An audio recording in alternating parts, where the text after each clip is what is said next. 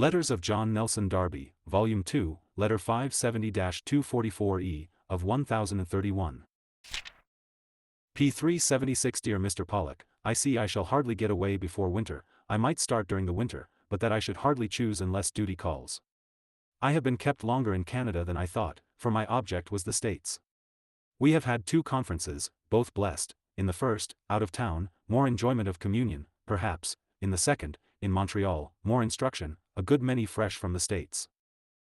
But another thing kept me a while. The loose gatherings which emigrants and others have formed have been nearly broken among themselves, and several were desirous of coming into communion, and the local brethren, many of them little informed of the facts, were glad of help, and I have been occupied in 2 or 3 places with that disagreeable but useful work.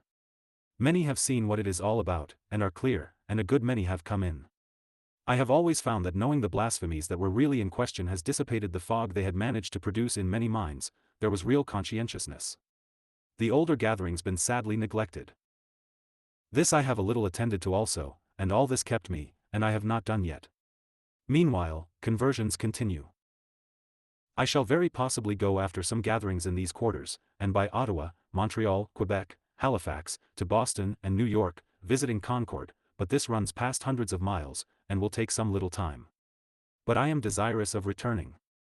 I shall hardly return here. If seeing those I ought to see before I leave, it will hardly be before October, and then comes winter.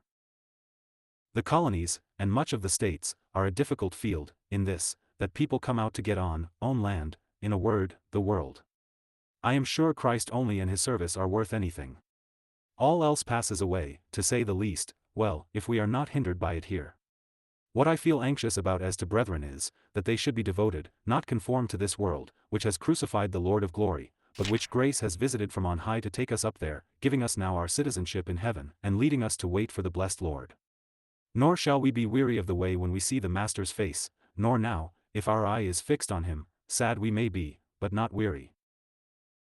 But there is a sad want of looking after souls, the first confiding commission of Christ, what was on his heart, feed my sheep.